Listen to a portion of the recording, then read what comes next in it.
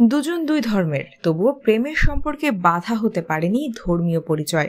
বলিউড তারকা সোনাক্ষী সিনহা ও জহির ইকবালের 7 বছরের প্রেম শেষ পর্যন্ত গড়ালো পরিণতিতে।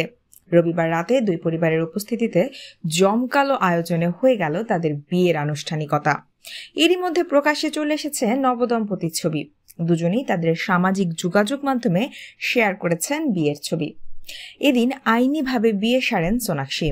আগেই তাদের পরিবারের পক্ষ থেকে জানানো হয়েছিল ধর্মীয় রীতিতে হবে না এই জুটির বিয়ে। ভারতের বিশেষ বিবাহ আইনে স্বাক্ষর করেই বিয়ে সেরেছেন তারা। বিশেষ এই দিনের জন্য সাদা রং বেছে নিয়েছেন সুপারস্টার সোনাক্ষী ও জহির। সেই সঙ্গে ছবির ক্যাপশনে লিখেছেন নিজের অনুভূতির কথাও।